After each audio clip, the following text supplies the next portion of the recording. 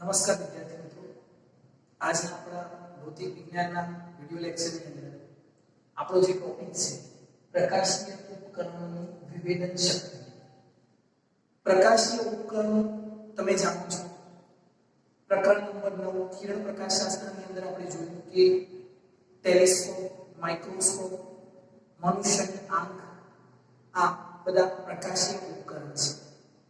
હવે એ ઉપકરણોની વિભેદન શક્તિ, રિઝોલ્વિંગ પાવર કેટલો હોય છે અથવા એ કેવી રીતે આપણે માપી શકીએ એના વિશે આપણે આજના ટોપિકની અંદર ડિસ્કશન કરવાનું છે. તો પ્રકાશીય ઉપકરણોની વિભેદન શક્તિ. વિભેદન શક્તિ કોની કરી શકીએ? ધ્યાન આપજો કે માનો કે કોઈ વસ્તુ આપણે અહીંથી દૂર એક ઝાડ છે, એક વૃક્ષ છે, એના જે પાંદડા છે, પન્ના છે, એને આપણે અહીંયાથી અલગ અલગ કાઉન્ટ કરી શકતા નથી કે આ 1 છે, 2 છે, અલગ અલગ કાઉન્ટ નહીં કરી શકીએ. પણ એ ડિસ્ટન્સ થોડું ઓછું કરીશું અને આપણે એની નજીક જઈશું, પછી આપણે એને અલગ અલગ કાઉન્ટ કરી શકીએ છીએ. 1 2 3 4 5 ऐसे અલગ અલગ કરી શકીએ છીએ.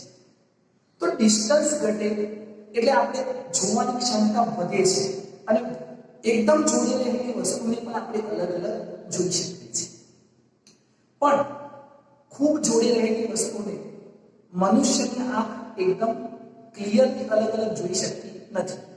પણ આપણે ટેલિસ્કોપનો યુઝ કરીએ, માઇક્રોસ્કોપનો ઉપયોગ કરીએ તો એ જ જોડી રહેલી વસ્તુને, જે વસ્તુને મનુષ્યની આંખ ન જોઈ શકે એને એ ઉપકરણોથી આપણે અલગ જોઈ શકીએ છીએ. તો રિઝોલ્વિંગ પાવર, વિભેદન શક્તિ કોને કહેવાય એ સમજો. ખૂબ નજીક રહેલી વસ્તુને અલગ જોવાની જે ક્ષમતા છે એને આપણે શું કહીએ છીએ? વિભેદન શક્તિ. દૂર રહેલી વસ્તુને હું તમને કહીશ કે આ કેટલા છે, તમે કહેશો 1 અને 2 અલગ અલગ દેખાય છે. આ કેટલા છે? 1 અને 2. આ કેટલા છે? 1 અને 2. આ કેટલા છે? 1 અને 2. પણ આ રીતે બહુ મિક્સ હોય અને આપણે જોવા હોય તો આપણને મુશ્કેલી પડે કે આ 1 છે કે 2 છે. ત્યારે આપણે જે અલગ જોવાની ક્ષમતા છે એને આપણે વિભેદન શક્તિ કહીએ છીએ. અલગ અલગ હોય એને તો આપણે અલગ જોઈ શકીએ છીએ, પણ ખૂબ જ પાસે હોય અને એને અલગ જોવાની જે ક્ષમતા છે એને આપણે કહીશું વિભેદન શક્તિ. ખ્યાલ આવશે મિત્રો? ઓકે, એને સમજીએ. તો એના માટે અહીંયા 3 ડાયાગ્રામ ડ્રો કરેલા છે, ખૂબ જ સરળ છે, સમજીએ આને. સૌથી પહેલા અહીંયા આપણે એક વસ્તુ મૂકી છે અને અહીંયા એક વસ્તુ મૂકી છે.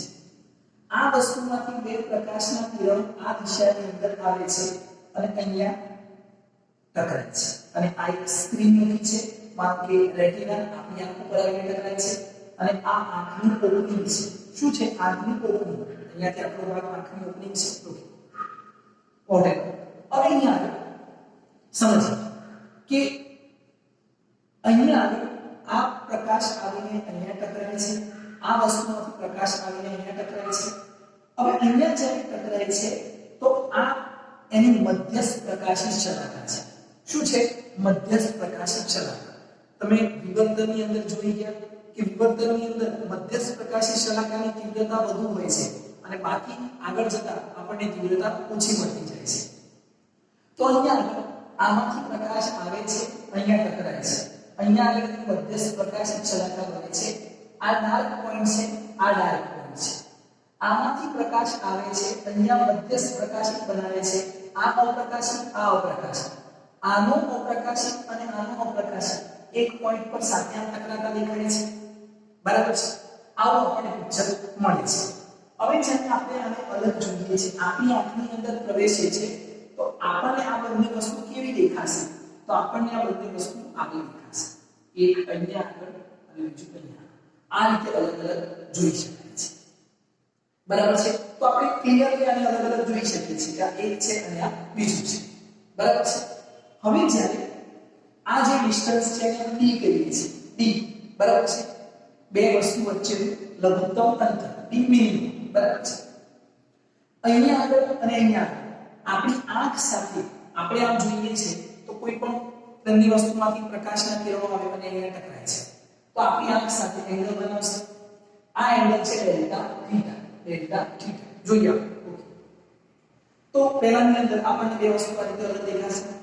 બીજા કેસની અંદર આ બે વચ્ચેનું અંતર આપણે હજુ નાનું કરી દઈએ છીએ તમે જુઓ આની સાપેક્ષે આ અંતર હજુ પણ ઘટ્યું હવે આપણે જ્યારે આ વસ્તુને જોઈએ છે તો આમાંથી જે પ્રકાશ આવે છે અહીંયા આગળ બનાવે છે મધ્યસ્થ પ્રકાશી આ અપ્રકાશી આ અપ્રકાશી આમાંથી જે પ્રકાશ આવે છે તે અહીંયા મધ્યસ્થ પ્રકાશી આ અપ્રકાશી અપ્રકાશી તો અહીંયા મધ્યસ્થ પ્રકાશી આનું અપ્રકાશિત અને મધ્યસ્થ પ્રકાશિતની વચ્ચે આનું અપ્રકાશિત આવી જાય છે દેખાય છે અહીંયા પણ સેમ એ જ રીતે હવે જ્યારે આપણે આને જોઈએ છે તો આ આપણને આ રીતે દેખાય છે આ રીતે આપણને આ રીતે દેખાય છે બરાબર છે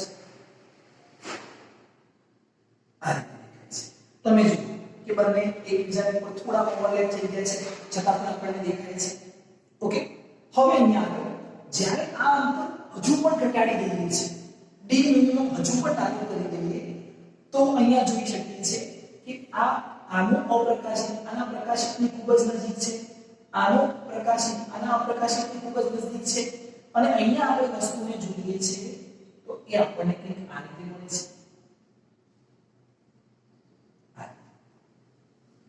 બંને એકબીજા ઉપર કમ્પ્લીટલી ઓવરલેપ થઈ જાય છે અને આપણને એક જ વસ્તુ જેવું દેખાય છે કેટલાક બે પણ આપણે જોઈએ છે તો આપણને કેવું દેખાય છે સિંગલ ઓબ્જેક્ટ દેખાય છે એક જ વસ્તુ દેખાય છે જેને આપણે અલગ જોઈ શકતા નથી અહીંયા તમે અલગ કમ્પ્લીટલી જોઈ શકો છો આ બંને થોડા ઓવરલેપ થયા છે છતાં પણ આપણે આને અલગ જોઈ શકીએ છીએ પણ આને અલગ જોઈ શકતા નથી એનો મતલબ કે બંને વચ્ચેનું અંતર કેટલું હોય ત્યારે આપણને અલગ દેખાવાની શરૂઆત થાય છે તો આટલું આ અંતરને આપણે કહીએ છીએ ડી મિનિમમ ડી મિનિમમ અને ડી મિનિમમ ધ્યાન આપજો અહીંયા નોટ કરીએ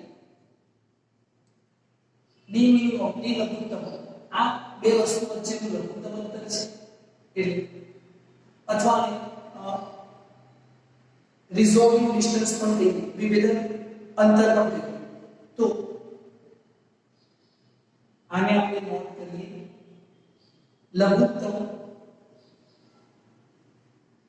વિભેદન અંતર આ વિભેદન અંતર આટલું હશે ત્યારે આપણને બે વસ્તુ અલગ દેખાવાની શરૂઆત થશે અલગ દેખાવાની શરૂઆત થશે આ અંતર થોડું ઘટી ગયું તો આપણને બે વસ્તુ અલગ દેખાશે નહીં પણ આનાથી વધશે તો આપણને વસ્તુ અલગ દેખાશે એટલે મિનિમમ ઓછામાં ઓછું કેટલું હોવું જોઈએ 8 આનાથી ઓછું થશે નહીં દેખાય આનાથી વધશે તો દેખાશે તો શરૂઆત ક્યાંથી થાય છે અહીંયાથી અને આ જે એંગલ છે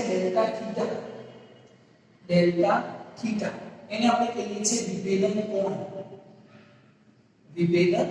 કોણ એટલે ખૂણો વિભેદન કોણ આ ખૂણો પણ આટલો હોવો જોઈએ મિનિમમ આટલો હોવો જોઈએ તમે જુઓ અહીંયા એંગલ મોટો છે આ નાનો છે એના કરતાં પણ નાનો છે તો આના કરતાં વધુ નાનો થશે તો નહીં દેખાય આના કરતાં મોટો થશે તો દેખાશે તો ડેલ્ટા થીટા પણ કેવું હોવું જોઈએ લઘુત્તમ આટલા લઘુત્તમ કોણ પર આ વસ્તુને તમે અલગ જોઈ શકવાની શરૂઆત કરી શકો છો તો આ જે છે એને આપણે કહીએ છીએ લિમિટિંગ કેસ મર્યાદિત કેસ બરાબર છે એટલે આપણે અહીં લિમિટિંગ કેસ જ લખીએ છીએ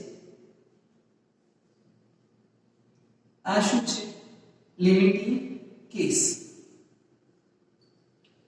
રેલેક્સ એટલે રેલેનો લિમિટિંગ કેસ રેલેક્સ લિમિટિંગ કેસ આની સૌપ્રથમ શોધ રેલે નામના વૈજ્ઞાનિકે કરી એટલે આપણે કહીએ છીએ રેલેક્સ લિમિટિંગ કેસ કે આટલું અંતર હશે અને આટલો ખૂણો હશે તો તમને બે વસ્તુ અલગ દેખાવાની શરૂઆત થશે ખ્યાલ આવશે હવે જો અહીંયા આ તમને ખ્યાલ આવ્યો હશે કે ક્યારે વસ્તુ અલગ દેખાશે અહીંયા આગળ જુઓ કે આ બ્રાઇટ પોઈન્ટ છે આ બ્રાઇટ પછી આ ડાર્ક પછી આ બ્રાઇટ તો બ્રાઇટ ડાર્ક બ્રાઇટ અલગ અલગ દેખાય છે અહીંયા આગળ બ્રાઇટ આ ડાર્ક પછી આ બ્રાઇટ અહીંયા આગળ જુઓ બ્રાઇટ ડાર્ક બ્રાઇટ કશું ખબર નથી પડતું આ આખું એક જ દેખાય છે એટલે આપણને આ વસ્તુ અલગ દેખાતું નથી સમજાશે ઓકે હવે આપણે અલગ અલગ પ્રકાશીય ઉપકરણની વાત કરીએ તો મનુષ્યની આંખ માટે જો મનુષ્યની આંખ માટે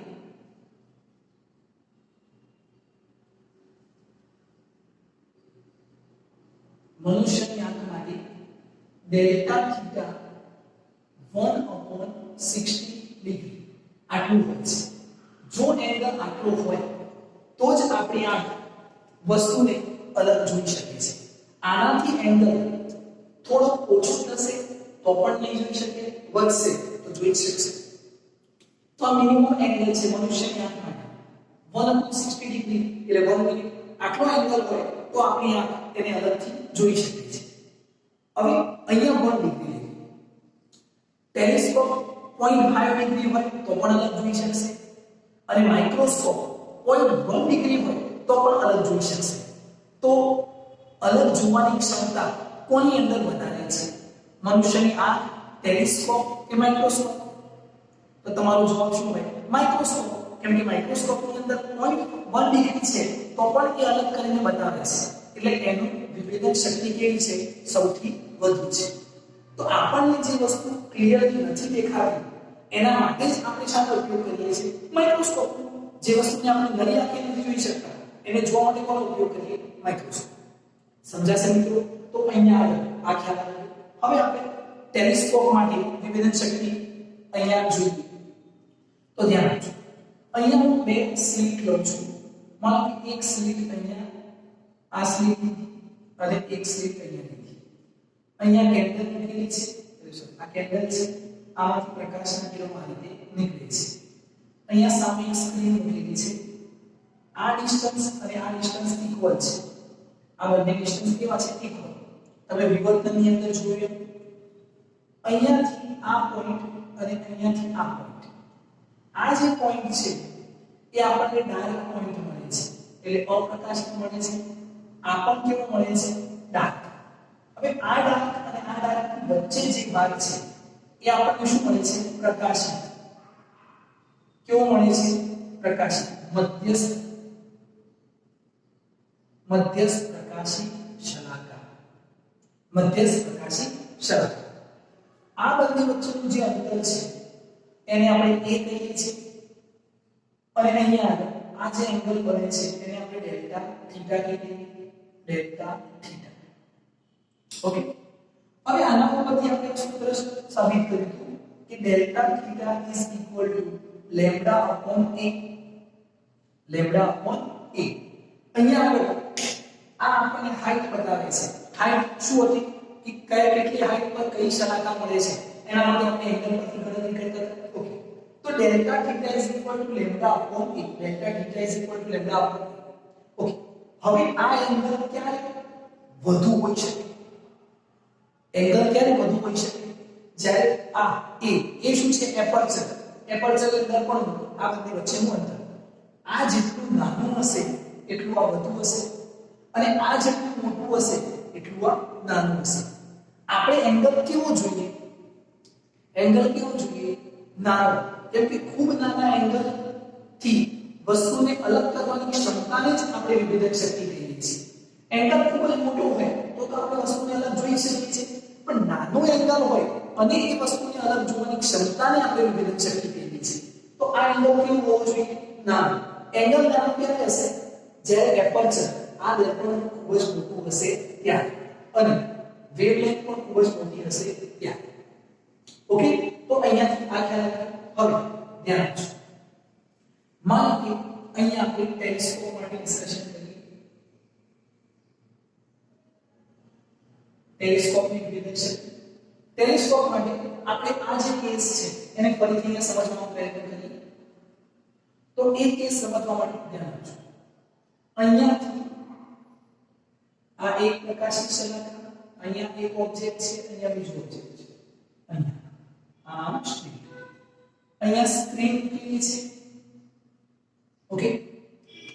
હવે અહીંયાથી આ જ્યારે આમાંથી જ્યારે પ્રકાશ અહીંયા જાય છે તો આ આપણને મળે છે મધ્યસ્થ પ્રકાશિત શલાકા અને આમાંથી જ્યારે જાય છે ત્યારે આપણને મળે છે આ પણ મળશે મધ્યસ્થ પ્રકાશિત શલાકા.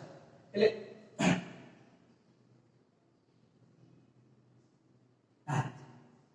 ઓકે. આ જ પ્રકારનો કેસ છે. હવે અહીંયા જે અંતર છે અહીંયાથી માનો કે આ અંતર, પછી અહીંયાથી આ અંતર અને અહીંયાથી આ અંતર. તો આ અંતર આપણે લઈએ r આ અંતર પણ લઈએ r અને આ અંતર પણ લઈએ r. ઓકે, હવે ધ્યાન આપજો, ટેલિસ્કોપની અંદર અહીંયા એક લેન્સ હોય છે. આ શું છે? લેન્સ. અને આ લેન્સનું શું છે? દર્પણમુખ, એપર્ચર છે. અહીંયાથી બે પ્રકાશમાં બે સ્ટાર છે, આપણે ઉપર જોઈ રહ્યા છે. આકાશમાં બે સ્ટારમાંથી પ્રકાશના કિરણ આવે છે અને અહીંયા કંઈક એંગલ બનાવે છે. આ એંગલ છે ડેલ્ટા થીટા. અહીંયા પણ એંગલ છે ડેલ્ટા થીટા. બરાબર છે? તો ડેલ્ટા થીટા, હવે આપણને આ વસ્તુ અલગ અલગ દેખાશે. કેટલી અલગ દેખાશે? આ રીતે. બરાબર છે? તો ટેલિસ્કોપ માટે વિભેદન શક્તિ, વિભેદન કોણ જોઈએ? વિભેદન કોણ delta theta is equal to 1.22 lambda upon a. આટલું મળે છે. હવે આપણને પ્રશ્ન થાય કે સૂત્ર તો લેમ્ડા અપોન a છે, પણ જ્યારે આ રીતની સ્ટ્રેટ સ્લિટ હોય ત્યારે લેમ્ડા અપોન a, પણ જ્યારે માનો કે પ્રકાશ આ રીતે આવે છે કોઈ એક ઓપ્ટિકમાંથી અને અહીંયા આપણને મળે છે આ જે મળે છે એ મધ્યસ્થ પ્રકાશિત સલાહ. આ ડાર્ક ફરીથી મધ્યસ્થ પ્રકાશ એટલે આ એના પછીની પ્રકાશ, પછી આ એના પછીની પ્રકાશ, પછી આ એના પછીની પ્રકાશ. જ્યારે આવું સર્ક્યુલર ગોળાકાર હોય એના માટે આ એંગલનું સૂત્ર હશે 1.22 લેમ્ડા અપોન a. અહીંયા આ કેવું છે? ગોળાકાર. આ એંગલ ડાયમેટ્રિક છે. તો આ જે છે એ વિભેદન કોણ છે. કોના માટે? ટેલિસ્કોપ માટે. વિભેદન શક્તિ કોને કહીશું? આની કોઈ સાબિતી નથી, આ તમારે ડાયરેક્ટ યાદ રાખવાનું છે. Lambda upon a A straight line માટે, પણ સર્ક્યુલર માટે લઈએ તો 1.22 લેમ્ડા અપોન a જેટલું આપણને એપ્રોક્સિમેટલી મળે છે. આ વિભેદન કોણ મળે? અહીંયાથી. બરાબર છે? પણ વિભેદન શક્તિ કોને કહીશું? તો મેં શું કીધું? ખૂબ જ નાનો એંગલ હોય અને એને અલગ કરીને જોવાની જે ક્ષમતા છે એને આપણે શું કહીએ છીએ? વિભેદન શક્તિ. તો એંગલ નાનો એટલું જ એનું વિભેદન શક્તિ કેવી વધારે. ફરીથી મનુષ્યની આંખ 1 ડિગ્રી હોય ત્યાં સુધી અલગ જોઈ શકે, ટેલિસ્કોપ 0.5 ડિગ્રી હોય ત્યાં સુધી, અને માઇક્રોસ્કોપ 0.1 ડિગ્રી હોય ત્યાં સુધી. તો કોની વિભેદન શક્તિ વધારે? માઇક્રોસ્કોપ. તો વિભેદન શક્તિ કોને કહીશું? વિભેદન શક્તિ એટલે ધ્યાન આપજો, વિભેદન શક્તિ 1 upon શું થાય? વિભેદન કોણ. વિભેદન કોણના અભ્યાસને વિભેદન શક્તિ કહે છે. તો ટેલિસ્કોપ માટે વિભેદન શક્તિ કેટલી આવશે? ટેલિસ્કોપ માટે વિભેદન શક્તિ કેટલી આવશે? આનો ઇન્વર્સ થઈ જશે a upon 1.22 લેમ્ડા. ખ્યાલ આવશે? આ એના માટે વિભેદન શક્તિ છે. બરાબર છે? તો ધ્યાન આપજો અને સમજજો કે એંગલ નાનો એટલું રિઝોલ્વિંગ પાવર વધારે. રિઝોલ્વિંગ પાવર ઓછા એંગલને ખૂબ જ અલગ જોવાની ક્ષમતા. આ આપણી રિઝોલ્વિંગ પાવર એટલે વિભેદન શક્તિ કહીએ છીએ. તો ટેલિસ્કોપ માટે આ સિમ્પલ છે. આ જ ડાયાગ્રામ આપણે ડ્રો કર્યો એનો મતલબ ટેલિસ્કોપની અંદર આપણે જોઈએ છીએ કે એક લેન્સ આપણે લઈએ છીએ મોટો ઓબ્જેક્ટિવ, અને એમાં પ્રકાશ આવે છે અને આપણને બે વસ્તુ અલગ અલગ બતાવે છે. તો આ સિમ્પલ છે, એના માટે યાદ રાખીશું ફોર્મ્યુલા. ઓકે, હવે બીજું કે અહીંયા આપણે જ્યારે કોઈ પણ વસ્તુને અલગ કરીને જોવાની ક્ષમતા છે એને આપણે વિભેદન શક્તિ કહીશું. એની વ્યાખ્યા તમારે યાદ રાખવાની કે વિભેદન શક્તિ એટલે ખૂબ જ નાના એંગલથી બે વસ્તુને અલગ કરીને જોવાની ક્ષમતા એ વિભેદન શક્તિ છે. તો અહીંયા આગળ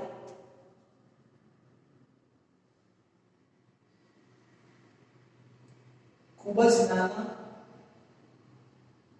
ખૂણાથી બે વસ્તુને અલગ જોવાની ક્ષમતા એને આપણે કહીએ છીએ વિભેદન શક્તિ. ઓકે, તો યાદ રાખજો, સમજો. જ્યારે તમે ટેક્સ્ટબુકની અંદર વાંચો છો તમને શબ્દો મળે છે. આપણે હું અહીંયા જ્યારે સમજાવીશ ત્યારે આપણે આખું થિયરિકલ પોઈન્ટ નોટ કરી શકતા નથી. આપણે સમજીએ છીએ, પણ લખવા માટે તમારે શબ્દો જોઈએ. તો એકવાર તમારે સમજ્યા પછી બુકની અંદર વાંચવાનું તો તમને ઝડપથી એ જે શબ્દો છે એ યાદ આવી જશે. તો ટોટલી આ તમારે આટલું વાંચવાનું છે, સમજવાનું છે અને નોટબુકની અંદર પણ નોટ કરવાનું છે. તો આટલું યાદ રાખજો. નેક્સ્ટ વિડિયોની અંદર આપણે માઇક્રોસ્કોપની વિદ્યુત શક્તિ જોઈશું. ત્યાં સુધી આ તમારે યાદ રાખવાનું છે અને સમજવાનું છે કે આ રેડિયો ડિસ્ટન્સ કેટલું હોવું જોઈએ અને એંગલ કેટલું હોવું જોઈએ. અહીંયા આપણે ડેલ્ટા થીટા આપણે લઈએ છીએ ઘણી વાર અહીંયા આપણે ડી મિનિમમ અંતર પણ લખેલું હોય છે. ઓકે, તો આ તમારે નોટબુકની અંદર નોટ કરી અને સારી રીતે